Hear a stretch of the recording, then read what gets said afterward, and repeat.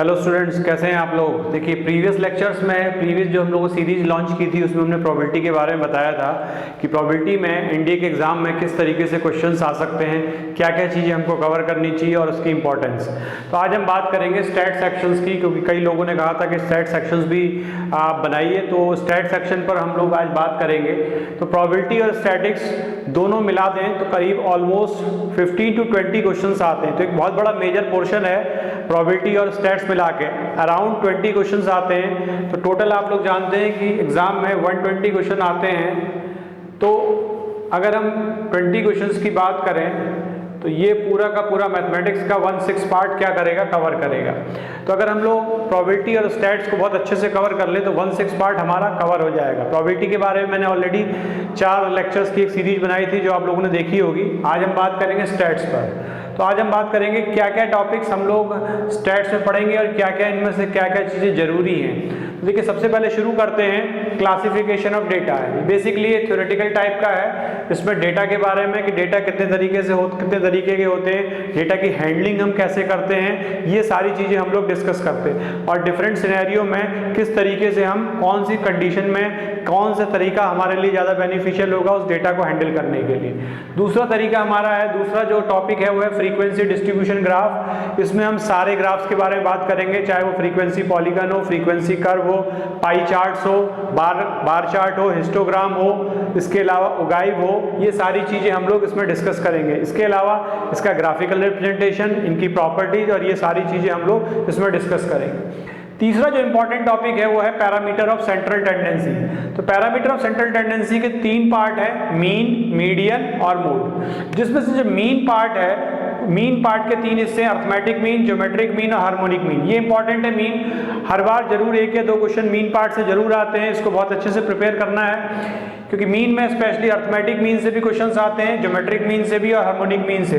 इन तीनों में अगर हम कंपेयर करें तो अर्थमेटिक मीन ज्यादा इंपॉर्टेंट है। अब इसमें इससे रिलेटेड इसको कैसे मेजर करेंगे, कैसे फाइंड आउट करेंगे, इस रिलेटेड क्वेश्चंस आते हैं ज्योमेट्रिक मीन से, हार्मोनिक मीन से। साथ साथ इनकी प्रॉपर्टी से रिलेटेड भी क्वेश्चंस आते हैं। मीन में वेटेड एवरेज मीन के क्वेश्चंस भी आते हैं, ये अक्सर आ जाते हैं 1 से 2 क्वेश्चन वेटेड एवरेज मीन के, तो उसको भी हम लोगों को प्रिपेयर करना है। Next topic median. मीडियन में हम सारे टाइप्स के बारे में बात करेंगे, मीडियन की प्रॉपर्टीज के बारे में बात करेंगे, और मोड को हम कैसे कैलकुलेट करेंगे, क्या क्या तरीके हो सकते हैं और उनकी प्रॉपर्टी।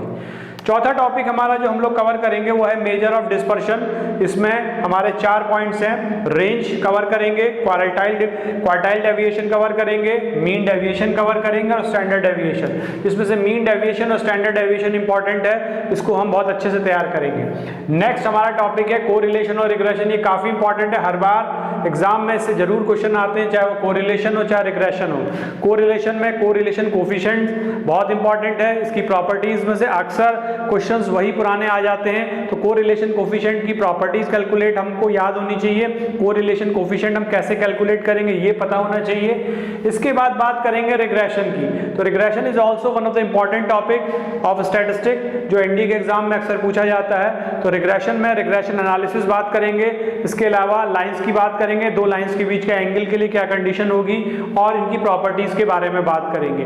तो ये मेजर टॉपिक्स हैं जो हम स्टैट्स में कवर करेंगे। और मैंने एक बार फिर से कह रहा हूं, बहुत इंपॉर्टेंट टॉपिक है और बहुत अच्छे से अगर आप इसे कवर करेंगे तो ये कोई बहुत टफ टॉपिक नहीं है, बहुत इजी टॉपिक है। प्रोबेबिलिटी जो मैंने ऑलरेडी डिस्कस किया एंड स्टैट, दोनों को अगर हम मिला दें तो एटलीस्ट अराउंड 20 क्वेश्चंस आपके कवर हो जाएंगे, जो कि एक बहुत बड़ा आपको वेटेज देगा एनडीए के एग्जाम में। तो नेक्स्ट क्लास में हम लोग एक एक करके सारी चीजों को डिस्कस करेंगे। Classification of data, frequency distribution graph, parameter of central tendency जिसमें mean, median, mode, measure of dispersion, range, quartile deviation, mean deviation, standard deviation. उसके बाद कोरिलेशन में काफी कुछ है, रिग्रेशन इसमें भी काफी कुछ है। कोरिलेशन और रिग्रेशन काफी इंपॉर्टेंट है, इसको हम बहुत अच्छे से कवर करेंगे। दूसरी बात, स्टैट्स कोई बहुत ज्यादा टफ टॉपिक नहीं है, अगेन बहुत समझने का टॉपिक है। अगर आप इसको अच्छे से कवर करेंगे तो ये one of the easiest topic है। आई होप आपको ये इंट्रोडक्टरी जो क्लास है स्टैट्स की वो काफी अच्छे से समझ में आई होगी। नेक्स्ट क्लासेस में हम लोग इस सीरीज में एक एक करके सारी चीजों को कवर करेंगे। Thank you.